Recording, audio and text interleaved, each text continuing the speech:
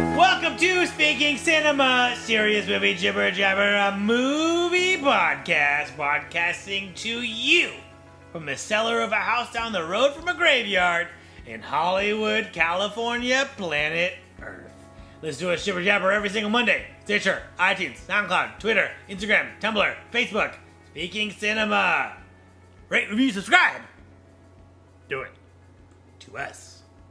I am your host, a cannibalistic ghoul named Mr. Jibber Jabber. Hosting with me here today, as always, is my catatonic counterpart, Kevin. Hello, Kevin. If you are just tuning in for the first time, we are Speaking Cinema, serious movie jibber jabber, a podcast in which we talk about a movie before seeing it, then we watch it, and we talk about it having had seen it, all for a contextual conversation about that movie. What we don't do is podcast while we're watching the movie. But maybe that'd be a very special episode. Yeah, sometime. Yeah, we don't do that, but we might one day do that. It might be fun. That might be fun. Write that down. This is season 10. Serious Spooky Jibber Jabber 2016. It's almost over. Why? It's not fair. October should never end. It should not. Nothing to look forward to after October. Thanksgiving, your family. I wish there was somewhere in the world where it was permanent fall. Wouldn't that be badass? That's interesting because at the poles, it's permanently winter, pretty much, right? Closer to the equator, it's pretty much permanently summer. Or in LA. Spring, Yeah. And then, where's fall? I want that magical world where it's just fall. Would that be somewhere that's like really like one of those like? Is it like Finland? It's probably Finland. Yeah. You know what I'm saying? It's like, is that like Eastern Europe or not Northern Europe where it's like it's just windy all the time, so the trees will never have any leaves? Like Norway and places like that. So I bet they get nice in the summertime for at least for a little bit. I'm sure it would. We celebrate autumn not with pumpkin spice. No, Kev. It's just cinnamon, people. We take is that what it is? Pretty much. Wow. That's what they've said. It's basically just like cinnamon with a little added to it. Vanilla, probably some cardamom. Yep. And then that's pumpkin spice. The spice that everybody loves. Really? Believe it or not. But I think some places put pumpkin-y. Oh yeah, you can get genuine pumpkin. You can get it in a can at Sprouts or Trader Joe's. Well, I think there's some pumpkin powder in some of those pumpkin spices. Okay. Don't you think? And then maybe a little bit. But yeah, it's like mostly not pumpkin. It's mostly cinnamon. Well, that's a misleading thing. It's pumpkin spice, not pumpkin. Right? Pumpkin. It's the spice you use to spice the pumpkin. Yep. You know, it's like if you got steak seasoning, it's not steak. It's the seasoning you put on the steak. Yeah. But I think that's very much so lost on a lot of people. I think so too. And those people I think they think pumpkins taste that way. These people are sad things, you know?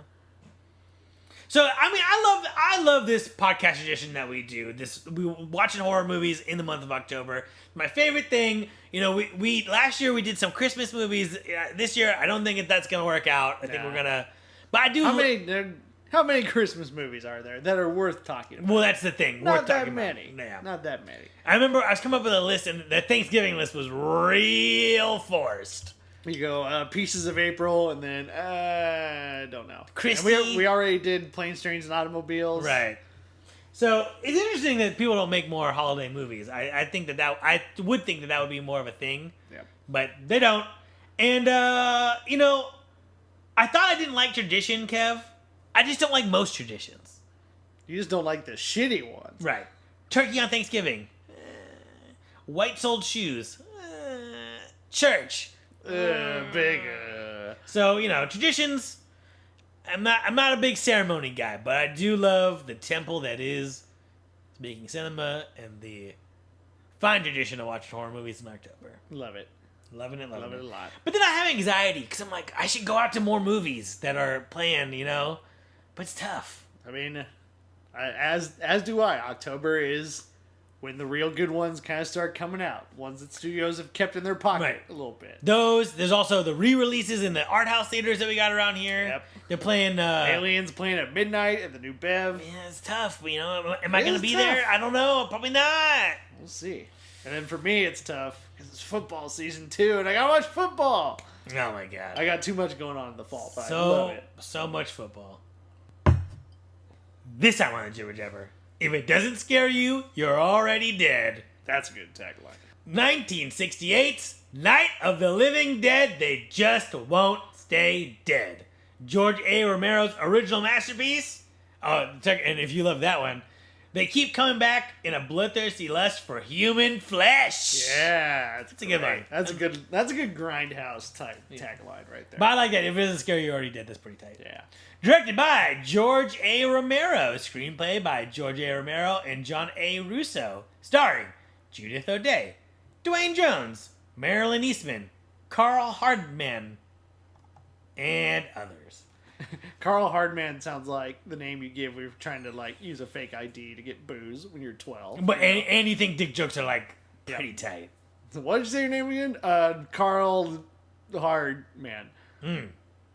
Well, all right, Carl. What year were you born? Take this natty ice, Carl. I think growing up, I think there's a guy that happened to where he had a fake ID and he was just like. They're like, okay, cool. What year were you born? And he's like, they're like, nah. I believe it. What a great test that is. It is. Okay, what year were you born? 1986. There you go. I don't have to lie about it. That's why. You're 21. That's why I win. Yep. Produced by Image 10 and Market Square Productions. Distribution, Walter Reed Organization Continental Distribution. There you go. The great international conglomerate that is Walter. Night of the Living Dead, 1 hour and 36 minutes of classic zombie nonsense. If you're not familiar, there is a panic throughout the nation as the dead suddenly come back to life. Thanks, IMDb user, Dave. I will amend that and say I believe it is the recently dead. The recently dead. Well, Kev, we're going to have to just watch this movie and find out. I'm going to write that down. Recently dead... ? That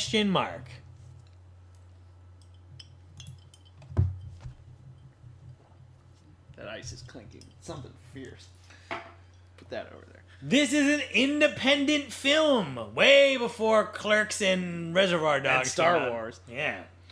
$114,000 budget. Wow. Premiered October 1st, 1968. The film is a financial success, grossing $12 million domestically, wow. 18 internationally, and becoming the first zombie movie of real panache. That is quite the budget margin there, in terms of how much they made off of it. That's impressive. Too true. Real good. I mean, nothing will ever. I don't think any movie's ever going to beat Robert Rodriguez El Mariachi for making something on a budget. Well, it's tough because he spent $5,000 and made like 20 or something, or 15. Yeah. But million. But I think Blair Witch was what, $60,000 and they made $100 million. Yep. So I mean, that's crazy. But yeah. But I mean, Robert Rodriguez, he made a movie for $5,000. Yep. That's wild. It is wild. Totally wild. There's a lot written about this movie, Kev. A lot. A lot of history. And, I started to write about it, and I was like, let's just experience this as a movie, right? Is this, because there's a lot, the casting, and they cast a black guy in the lead, and, and they say it wasn't a political message, but then they say later, blah, blah, blah. You know what? Let's just watch the movie and decide for ourselves. And as of this recording, you can find this movie on iTunes, Vudu, Amazon. A multitude of discs exist. Yes. Because they did not secure their rights. Whoops. I think what happened to them literally can't happen anymore. I think they've amended the copyright law so that you can't be boned this badly. But they basically didn't have the copyright on their own film. So anyone with a print could basically just make it. Makes sense. Lock down that copyright, kids, or anybody with a DVD tower can make a disc. What was your first experience with this film, Kevin? Obviously, I've heard the name many times. We haven't seen it? I've never seen this movie. Oh, believe it or not. Nelly. I have seen Dawn of the Dead, George Romero's follow-up. Can I tell you something? Yeah. I don't love Dawn of the Dead. I don't love it either. You know what? Can I tell you something else? Yeah. I don't really love Day of the Dead at all. I'd actually say I don't like Day of the Dead. Day of the Dead is quite terrible. Can I tell you something else? I really wanted to like Land of the Dead, but I didn't really like Land of the Dead. Can I tell you something else? Go on. I've never seen Diary of the Dead, it seems pretty bad. It's found footage. So, you know, What was the last one called? Like Living of the Dead or something? no, It has some ridiculous title. uh, Yeah, look it up. Romero did it. ugh. Reanimated? No, that's the, So, of the Living Dead films, there's Night, Dawn, Day, Land, Diary, Survival. Survival of the Dead. And that one took place, like, on a Irish farm or something. Now, there's also Night of the Living Dead 1990, a remake directed by Tom Savini. Dawn of the Dead remake, directed by Zack Snyder. in 2004. Night of the Living Dead 3D in 2006. And then Day of the Dead in 2008, which I think has Nick Cannon in it. Really? Yeah, so... Score 1 for Nick Cannon. Oh, shit. And then, I guess there's like... It's all fucked up, because then there's like... There's someone... Russo's Dead series? There's Night of the Living Dead 30th Anniversary Edition and Children of the Living Dead. I don't even know what this is. Jesus. From 1999 and 2001. I think these are like parallel things, maybe? Man. And then, of course, the unrelated, but still great, Shaun of the Dead. Well, Shaun of the Dead, that's a great homage and zombie movie. But my favorite is Return of the Living Dead, 1985, which is a fake sequel to this movie, right? It's okay. No one had the rights. It was just a zombie movie. Have you ever seen it? No. Oh, Kev. No. Next year we're doing this movie. It's punk rockers in a graveyard, and the plot is that there's a company and they have some storage thing. They have a zombie in a oil can thing, right? Okay. And it's like left over from some bullshit. And they're like, yeah, over there in Philadelphia, or not Philadelphia. Where did this movie take place? Yeah, Philadelphia, Pennsylvania, Pittsburgh. It was in Pittsburgh, which is Pennsylvania. Yeah. Right. So they're like, over in Pittsburgh, they had an outbreak. Did you hear about that a couple of years ago? Yeah, the government covered it up. Blah, blah, blah. So it's like as if this movie is a prequel to that movie, even though legally they have no rights. Interesting. Yeah. Oh, there you go. But it's very funny, and there's parodies: Night of the Living Bread, Poultrygeist, Night of the Chicken Dead. There's homages. I guess Shaun of the Dead would be an homage. Flight of the Living Dead, Outbreak on a Plane. There's a million different things. Of the ex-dead. Mm-hmm. It's just... that's how a lot of people know. It's endlessly parodied, endlessly referenced. But somehow I just never seen the original. Yep. And somehow we got horribly distracted on this tangent. I saw it when I was 14 years old on VHS in Eagle Rock, California, at my cousin's house over the Christmas break. They had just recently purchased that house. My cousin Talia, shout out Talia if you're listening, was like, had just met me. I'm this fucking, shit talking dumb kid, right? And she's like, hey, you would love this. And she hands me the VHS. I watch it, and god damn it, was she right.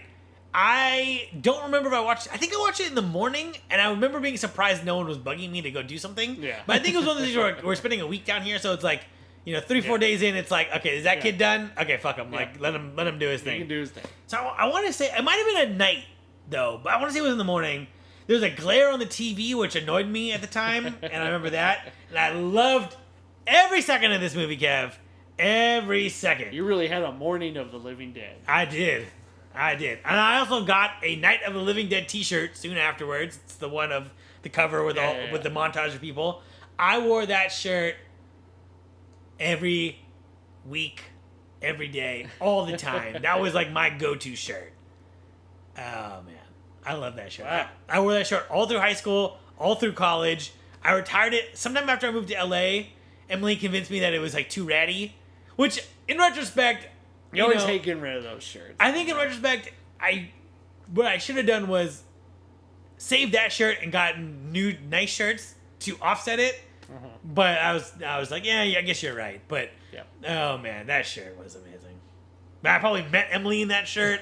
I probably met you in that shirt. You know what I mean? I vaguely remember you having a Night of the Living Dead shirt. Yeah. I think at one point, this is actually stupid, but I did it. At one point, it got so ready, I cut out the image, and then I took a different shirt and I sewed it to that shirt. But it didn't last very long. Shocking. And Great. I might have that piece of fabric around here somewhere. It might still be here.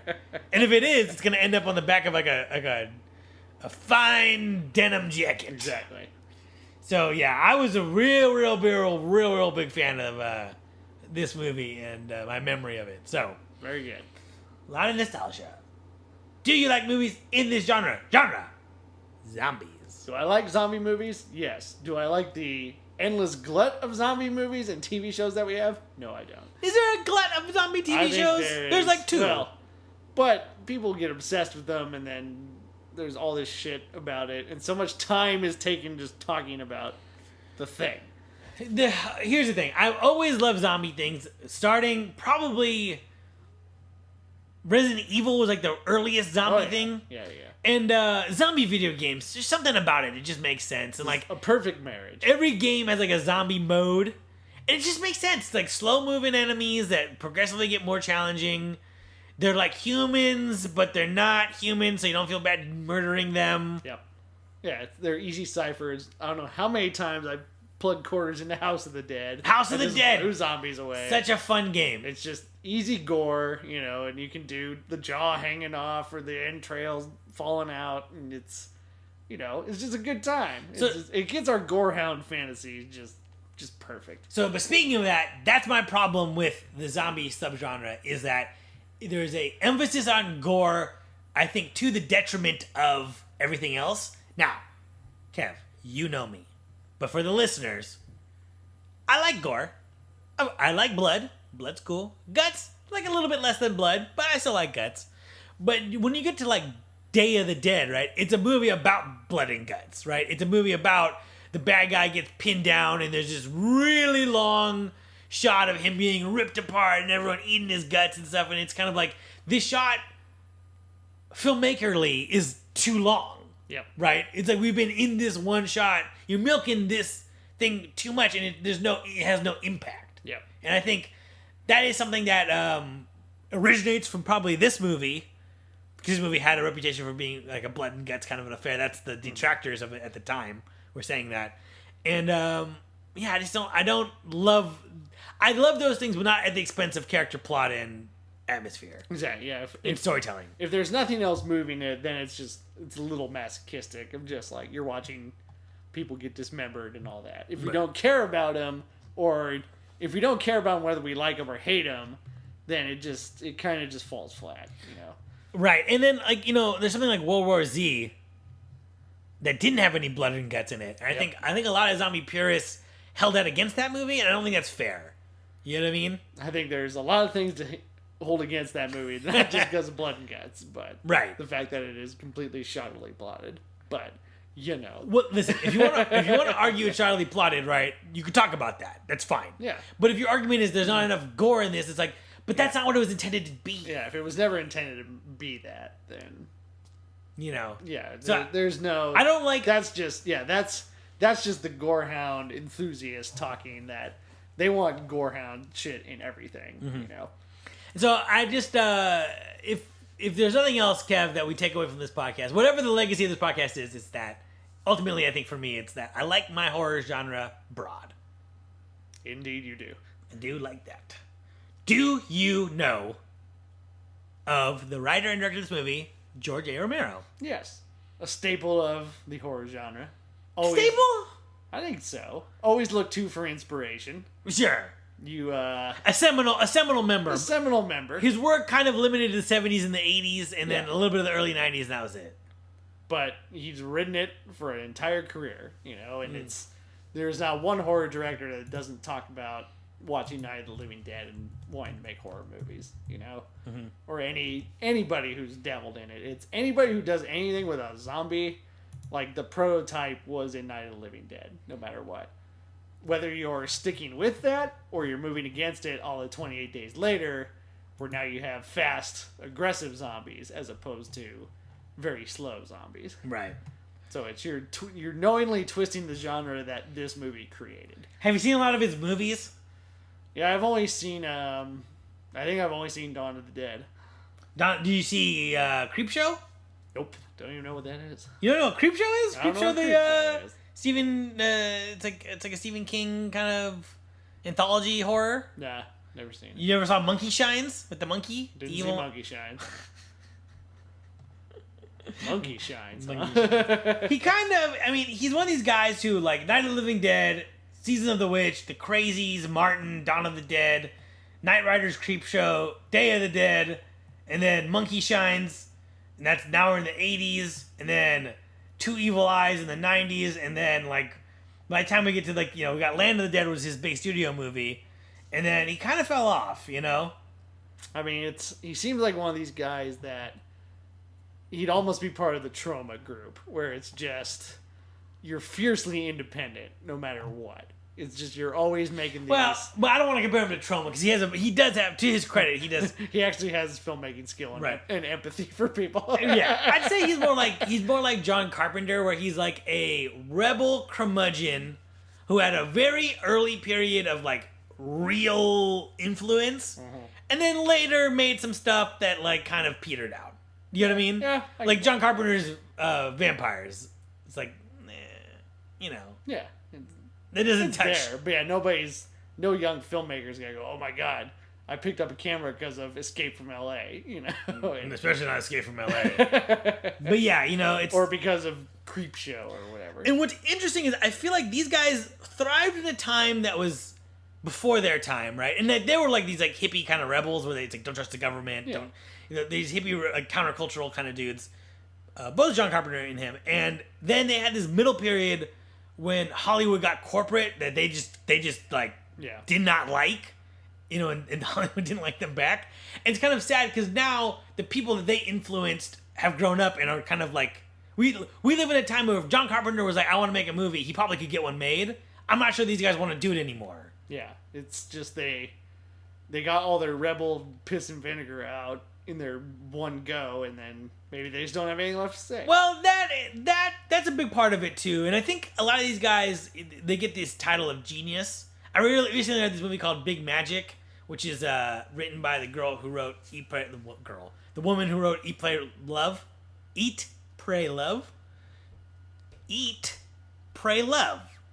and it's very insightful, and it's about like creativity and all this kind of shit, and it's like a nonfiction book, and she's saying it's creativity and influential and bullshit. Yeah, bullshit. But she says, but one thing I like is she's like, I am not a genius. People really like Eat, Pray, Love, and she's like, I will concede that was probably a moment of genius, a moment where I figured out something that was this big universal story. Mm-hmm. You know what I mean? But people are not geniuses. People have moments of genius, and I think if you accept that, everything in the world makes way more sense. Yep. Right? That it's not somebody who...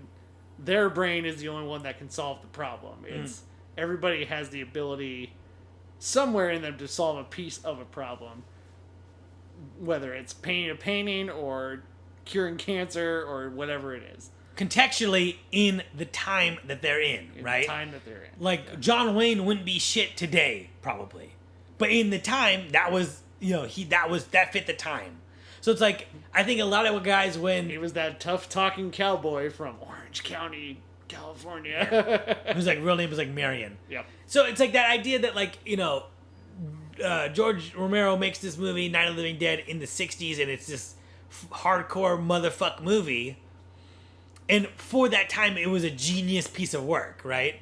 This same movie, if it came out today, is not a genius piece of work. Yeah. And I think, I don't know, I just feel like a lot of these people get that kind of... There's a lot of that kind of, like people say, this guy's a genius. Like, how could he be a genius when he made this bullshit? And I think if you define genius as moments and not as a title, it makes more sense. So I will concede that he's made genius things. Quentin Tarantino said that the A stood for a fucking genius when he got his Scream Award, for a Lifetime Achievement Award. But I don't know about that, Yeah. So I guess...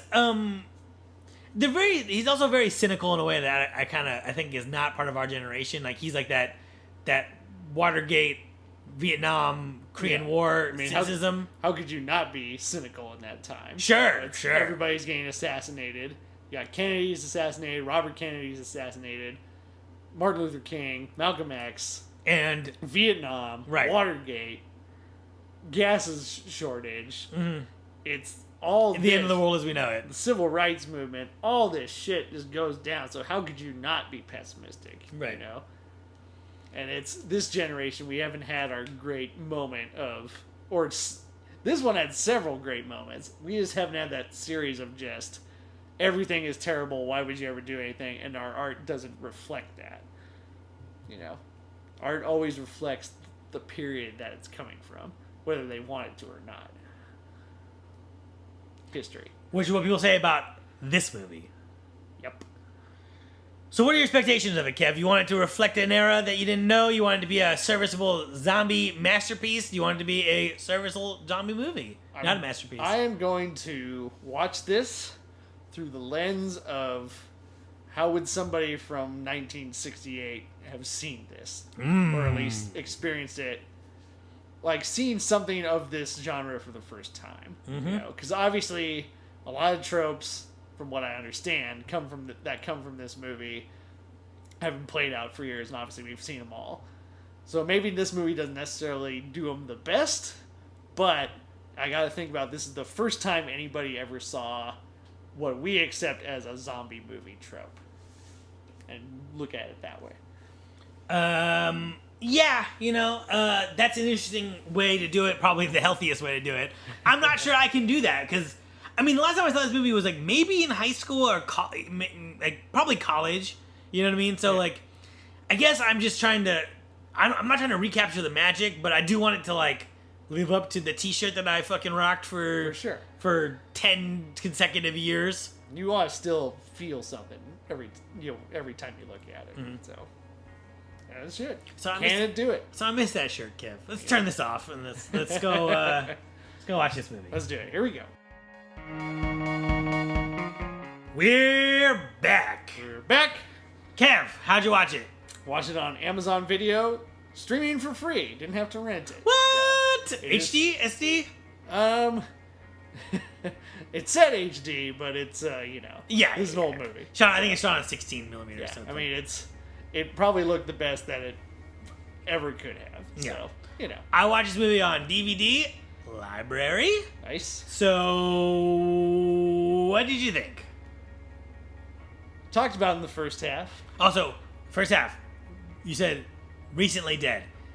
In this movie, the best they clarify is the unburied dead have come back to life. Unburied dead. Okay. And I think they don't have enough time to dig up the dead and see what's going on. Gotcha. All right. So I look at this through the lens of someone who's never seen a zombie movie before. And you have never seen this movie before. And I've never seen this movie before. So trying to think about how somebody would react to this. And trying to emulate that feeling. Mm-hmm. There are some pretty visceral moments in this film. Overall. Of just hordes of zombies shuffling towards you. You shoot them and they don't die. There's some really, and they capture that terrifying imagery pretty damn well, I think, of there's some just good visceral terror in the film. But is the movie the best movie ever? Not quite.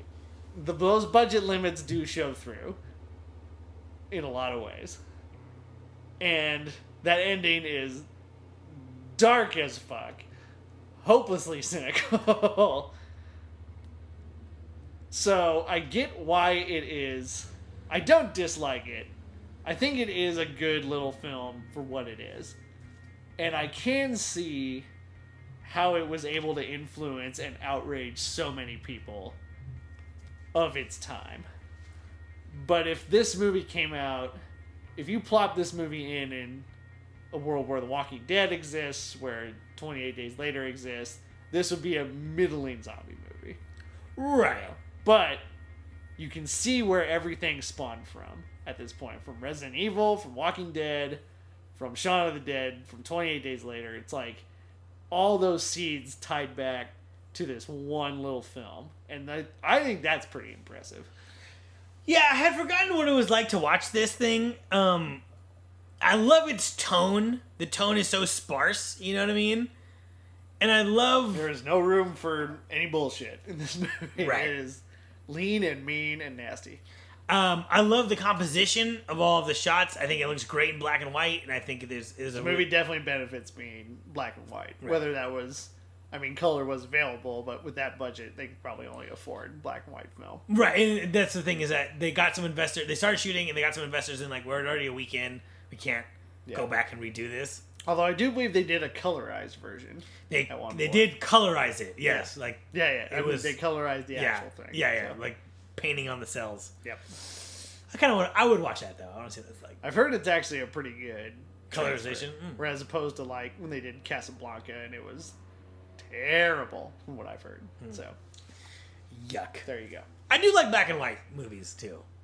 Especially ones of this tone. It just that seems to just fit Yeah, everything they want to do. I agree with you. And it's much more artsy than I recall. Like the compositions are very artsy. The way people move around the frames are really artsy. It's like, you know. And at the end of the day, the movie is not afraid of anything, right? It's not afraid to be cynical. It's not afraid to kill people. It's not afraid of you and what you think of it. And I think that's the thing is that the ending, in a way, should be a happy ending, right? He survived the night. He lived to the day. They found him. He could have just been like, help, and they could have been like, oh, found a live one. Like, son, can you aim your rifle? How many rounds you got left? Then join our crew and you know, there's a cup of coffee. All right, moving on. That's what that actor who's playing like they're dead. They're all messed up. I love that. If people criticize that guy, I love that guy. That's what like those kinds of dudes are like. Yeah. You know, like they're all they're just all messed up. Yep. I love that line. Little Southern man. But instead, and they don't play it up. They just quickly kill Ben. Yep. He's dead. Another one for the fire. Put him on the fire, and that's it. It's credits. And just like, shit. No hope in this world. Yeah. And cynical 14-year-old me ate that ice cream. Yep.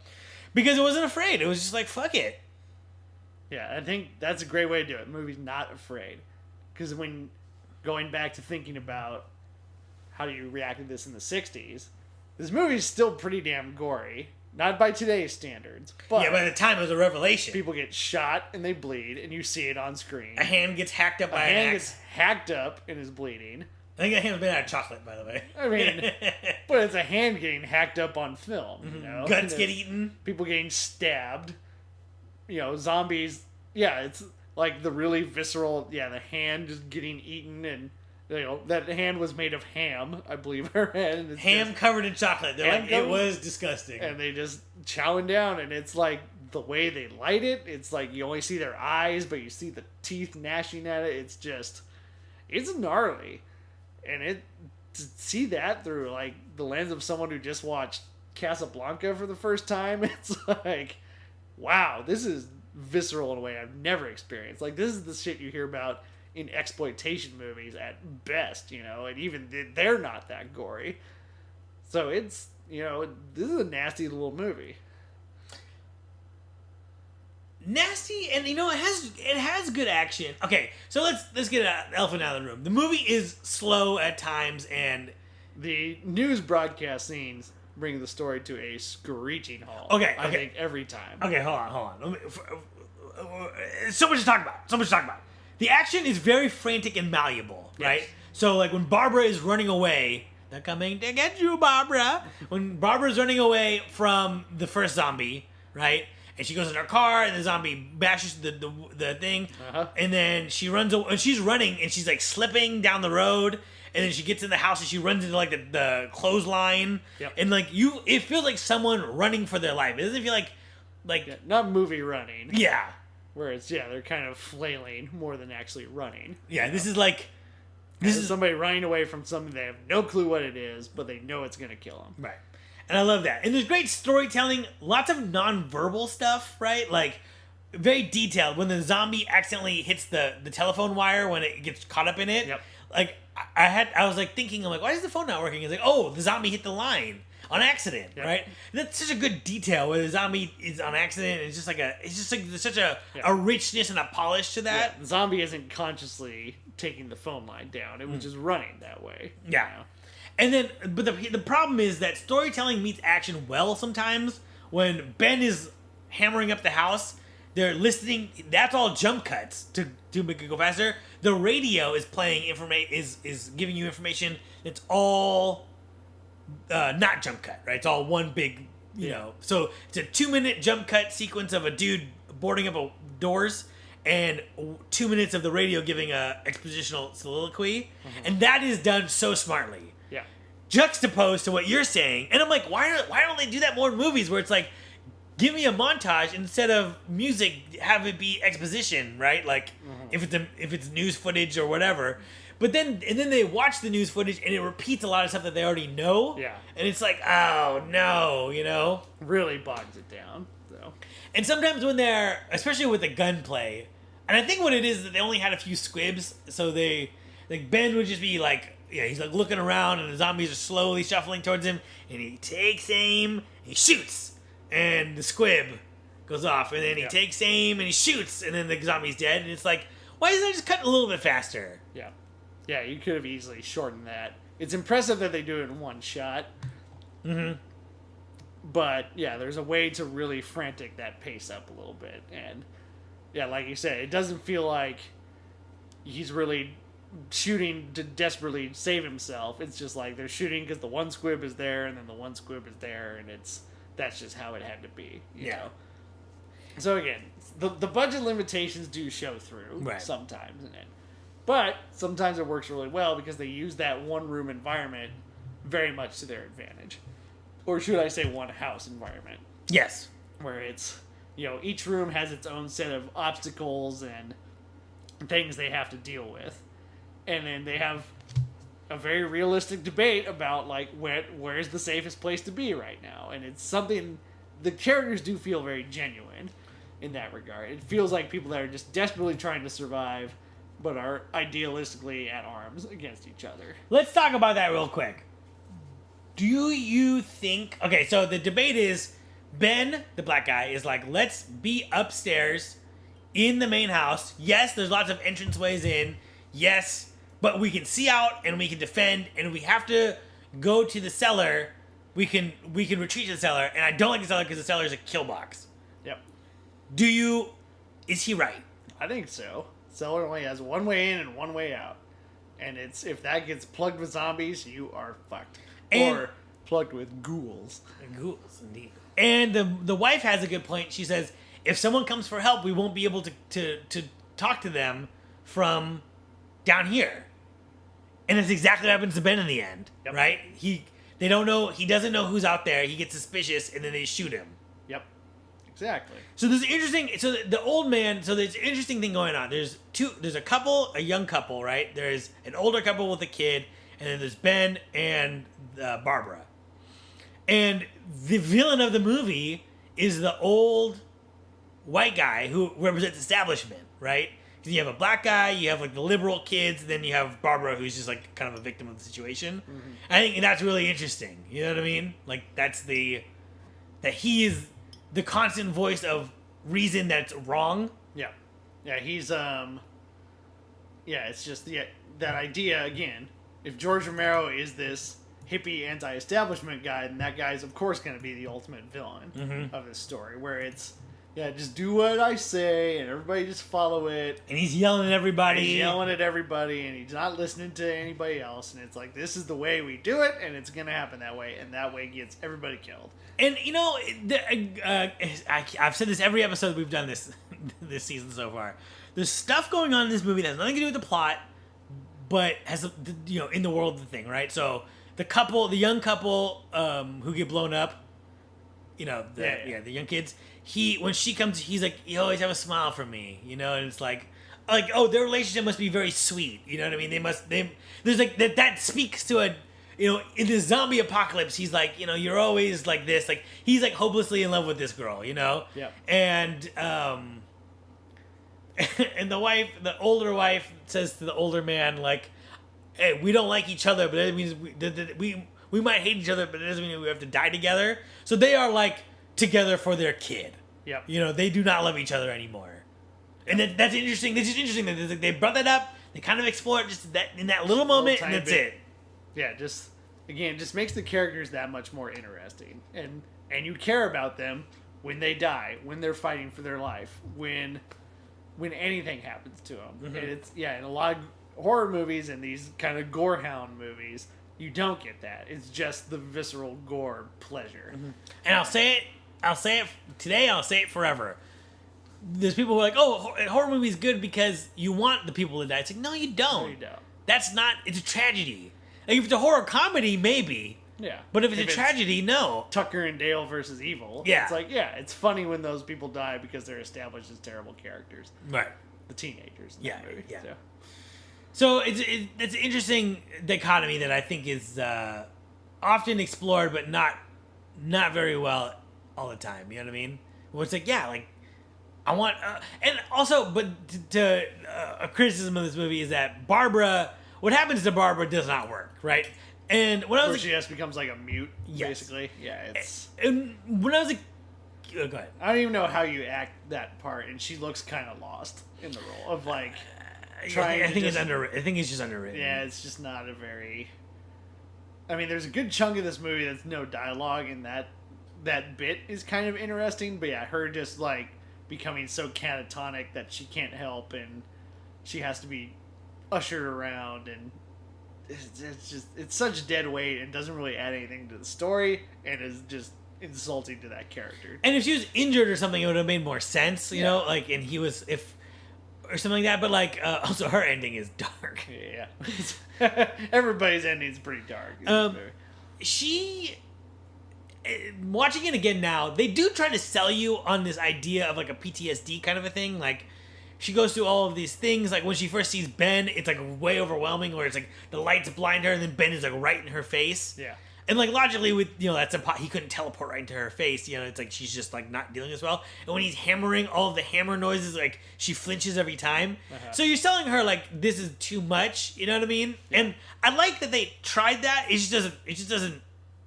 It still doesn't work though. And then when I was a kid, I think I would have thought that they didn't try. Yep. They do try. It just doesn't work. Sadly. Yeah, it's I found her to just be more dead weight in a movie that just doesn't have any room for it at all. Yeah. And 90 minutes, well, you got these long news broadcasts, and you have Barbara constantly being a burden to what end? And it's, I don't know. It drags the pacing down way too much. I agree with you. To a zombie shuffle-like state. Speaking of zombie shuffle-like states, Kevin, zombies in this movie. My favorite 3 words combined, I think, might have been, they're cannibalistic, murdering undead. Love it. And I love the newscasts. The newscasts do slow the movie down, but I do love how they are like slice of pies from the 60s, where we're getting reports that the unburied dead have taken to murdering people indiscriminately with no perceived motivation. Like, the way they're talking is so good, right? Yeah. Now, what's interesting about these zombies, they're weak and they're slow. Ben says as much. He's like, there's only 2 of them. I took 2 of them out and I kicked one out of here. You know, like, So they are weak and slow, which I think zombies, in the modern era, have a little bit more strength to them. Yeah, they can take multiple shots and are, if you try and tussle with one, you're going to die because they're stronger than you. Right. Somehow. And in this one, they're smart in the sense that they know how to use tools. Like, they know how to use, like, simple, like, they pick up rocks. Yeah.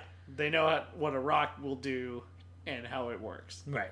They're afraid of fire, which is a thing that I feel like that was really interesting. And there's a great visual to them in the context of the story, right? Like, I mean, like, in the context of this story, they shuffle very slowly, kind of spread out evenly, right? And that is a great visual. It's very menacing. When they get to the gas pump, they look back. Yeah. And they're all just there, just slowly shuffling. And it just works in that context, you know? Like, if this movie was about zombies attacking a train, that wouldn't work, right? You need them to run fast for that. Yep. But they did work for this, and I like that. And I liked some shots that really stick in my mind are when they actually get in the house, and it's just the frame is just filled with zombies. Mm-hmm. You know, just shuffling, moaning, the music's going crazy. It's just zombies everywhere. And it's really It's a stark, powerful image of just a horde shuffling. You know, it's terrifying. It's scary, and it's again in a way that no movie had ever been up to that point. You know, just a year before there was Wait Until Dark, that was thought of as a horror movie in 1967. Right. You know? And then this comes out a year later, and it's just pure terror. So you like these zombies? I do like these zombies. I think also what's interesting is they all look believably regular. Yes. They look like just normal schlubs from any small town in 1968, you know. And it's like, these are the people you have to kill and defend yourself from. Right. It's not the Viet Cong. It's not the creature from the Black Lagoon. It's just people that look and just like you and dress just like you. And there's this... if they have any clothes on at all. There's the one that's shuffling around naked. Hello. Blew my mind. And hourglass figure that girl has got. In when I was 14, that blew my mind. What do you... it's interesting, because I feel like this movie and these zombies are the basis of all zombies we have. But zombies have changed a lot. Absolutely. Even in the Dead series. And eventually in the Dead series, they become much more caricature. There's much more, they can use guns and stuff in some later ones, right? Well, that makes sense because these ones are able to learn. You know what I mean? So one would think, like, eventually they could use a gun. Bub. But, I'm talking, like, caricatures, like, there's, like, that football team, and they're all wearing all of their pads, and there's, like... Yeah. You know, zombie cheerleaders and all that. Yeah, and all kinds of like. There's like a newspaper man. He has a little press thing in his hat. You know, a little press credential. So it's like that's just interesting that like this one. Yeah, they just look like just totally normal people. Yep. It could be Dave at the Ace Hardware down the street. My favorite one was the naked one. Do you have a favorite zombie from this movie? Do you like the fat one and the wife beater? Yeah, the fat one and the wife beater is pretty good. And the lady who's kind of in like an Amishy type dress, I like vaguely remember her. She's good. And all the zombies that are eating somebody on camera, like the ones when they tear up the body and they're gnawing and gnashing on it, like those zombies are all good too. Do you think that anything other than Barbara doesn't work? Like I said, it's mostly the news footage for me. It just brings the pace into a crawl. I get it's of the time, but that soundtrack needs to be completely redone. That is some of the cheesiest, like, music that's ever been written. And I feel like in the beginning, it really doesn't work because you haven't... It sticks out. I think that scene works completely great with no music at all. Just the zombie trying to break into the car. Just sound effects and screaming. Like, that's all the score you need. Right. I think by the time we get to the end of the movie... That music is a little bit better earned, but There's no rising and fall. It's not like so in the beginning, you know, because there's one zombie, so we have one horn, and then at the end we have a whole section of horns. It's just like, okay, cool, we made one piece of music, we're just gonna use it the whole time. It just gets endless loop. The girl gets her jacket stuck in the car, and then it blows up. Not needed. Just have the car blow up. Yep. Oh, my jacket! It's like, take your fucking jacket off. Is that important right now? No, it's not. Yeah. So I just feel like that's a little bit of like old world thinking. You know, like last generation, like the girl women in their clothes, right? Wackity-schmackity-doo. The WB. Is there any nitpicks you'd like to get at? That's about all I've got. Yeah, me too. Yeah, we kind of covered them. Yeah. Moments of awesome. The 60s look so fucking cool on film. Yes, because the outfits in the 60s are so not like what we're doing now. Barbara's hair. Johnny's gloves. These driving gloves. Yep. What? Awesome. Just great stuff all around. Good hairstyles, the tucked into the jeans. And... dude, Ben's outfit is like, he's like wearing a jacket, a cardigan, and a tucked in shirt. It's like a tucked in button up shirt. It's like, Ben, you're such a classy man in the fucking zombie apocalypse. Doesn't matter that the zombie apocalypse is down. No, I'm not leaving this house not looking fresh. Yeah, this is how I dress. Very neatly. This is how you look, just looking sharp. Also, I love the scary reveal of the taxidermy. Yeah. That's pretty good. I mean, I know it's her she's turning into madness, but it's just a great visual. And the old 60s kind of dialogue. Oh, you complain just to hear yourself talk. Yeah. I love that. Very old school. So there's a weird thing that happened in this movie that I want to ask you about, but I think you're not gonna have any answers because I don't think there are any answers. Barbara and Johnny open this movie driving. Yep. Great driving shots. Lovely. Also, could use a little. Those credits are pretty blown out. You don't do white text in black and white. You need a little border on those credits. So. You know, this is a lot of people's first movie. You know. So they're driving in great shots that show you that it's very desolate, right? And also they're very pretty shots, but very desolate. They get to the grave. They're talking about Mom always sent us to put graves on the gravestone, and blah blah blah blah blah. And I don't even remember him. And blah, blah, blah. And then later, when she's snapped out of one of her catatonic states, she's like, "Me and Johnny were visiting our father's grave, my brother and I." And it's like, so Johnny resents putting graves on his own father's graves, flowers on his own father's grave, and he doesn't remember what he looks like. It's like, what past did they go through? It is very left, maybe a little too open for what we're talking about, and I don't know if it would add too much to the story just because Johnny gets off so fast in it too. But yeah, it is a weird dichotomy of like, yeah, this is your dad, right? You think you remember what he looked like, but it's something. There's definitely something there that goes very unexplored. 2 rapid fire questions: is this movie A, scary, and B, gory? I can guess to both. I think it is scary in parts in that sense of overwhelming fear of just there's no way out of this. Yeah. And then your own people kill you. And then is it gory? There's some pretty good gore in this movie. You know, people being eaten, people getting shot, people getting dismembered. It's just a gory film. There's a lot of blood in it. So, yeah, it's gory. Yeah, I think... Now, do they have the revolutionary effects of like, oh, we can have an actor play a half a zombie dragging itself? No. But it's still pretty gory. I don't think it's scary in a visceral way. I don't think it's viscerally scary. I think we're beyond what this movie has to offer that way. But it's not a fun scary either. Yeah. Like a Boo or like Nightmare on Elm Street where it's these good little practical gags that they do. But I do... But so then, what kind of scary would you say? I mean, I don't think it elicits fear. Okay. You know. And that doesn't say it's not a good movie. I think it's great, and I think this movie. I like this movie, and I think it works. I don't think that a movie has to be perfect to play perfect. I don't think this movie plays perfectly. I think the only criticism really is that it's a little loose, so much of it is so tight, and so much of it is kind of fatty. Yeah. I mean, there's definitely a lot of fat on it for a movie that's only 90 minutes long. Yeah. So. But, you know, this is the era of the experimental film and Jack Kerouac and his rambling novels. And so people were rambling in these days. So, experimenting, trying different stuff. Born to be a rambling man. Easy Rider's 1 year away after this movie. The ultimate rambling movie. Shit. Do you like this movie? Does it work? I do like this movie. It does work, I think, in context of... This is, you know, we always talk about in genre, there's kind of 4 stages of genre. There's the primitive stage, the classical stage, the revisionist stage, and the parody stage. And this is by far and away the primitive stage. This is where all the zombie tropes come from. And it's impressive that they all came from one movie.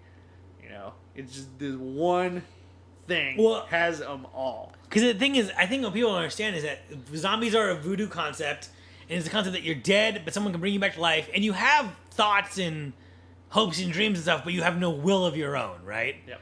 So, you know, you could be sitting next to me talking, and it's like, oh, but tonight I'm going to go murder someone because my master told me to, right? And this is the first one where they're kind of creatures, like base level humans with no intellect, and that they're cannibals. This is the first cannibal one. That's crazy. That is crazy.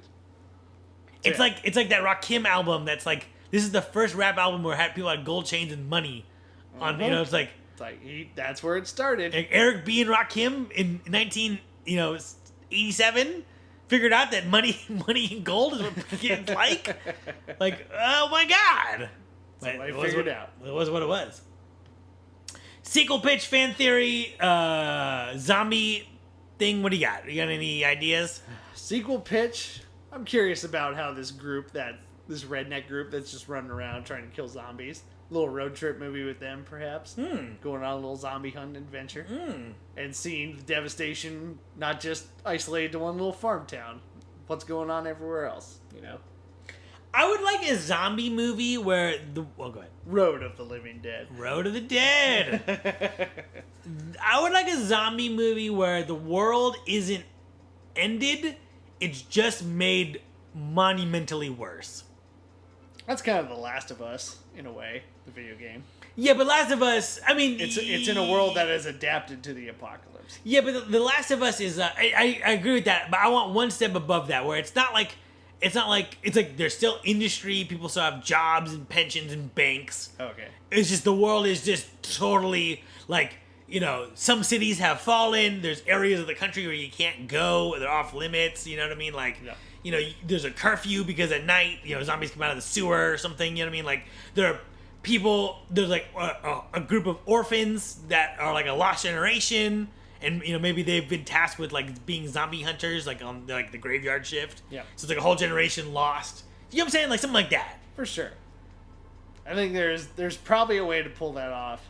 It would be tricky to say, why do we even still have jobs in a post-apocalyptic world? Well, it wouldn't be post-apocalyptic. It would just Right. be a crash. All right. You know what I mean? Where it's like, society didn't fail, it's just dealing with this blight. All right. I'm intrigued. Yeah. Right. All right. Well, that's it for this episode. Kev, thanks for joining me. And Thanks hey, for having me. All these. and you're years. welcome for me joining you. Yeah. I mean, especially. You carry the weight. What? Come back and join us next episode. Follow us on our social media platforms. Rate, review, subscribe. Do your thing. This episode written by me. Music by Jeff Russell. We are Speaking Cinema. You're the listeners. You be you. But thank you for your digital patronage. See you next time. They're coming to get you.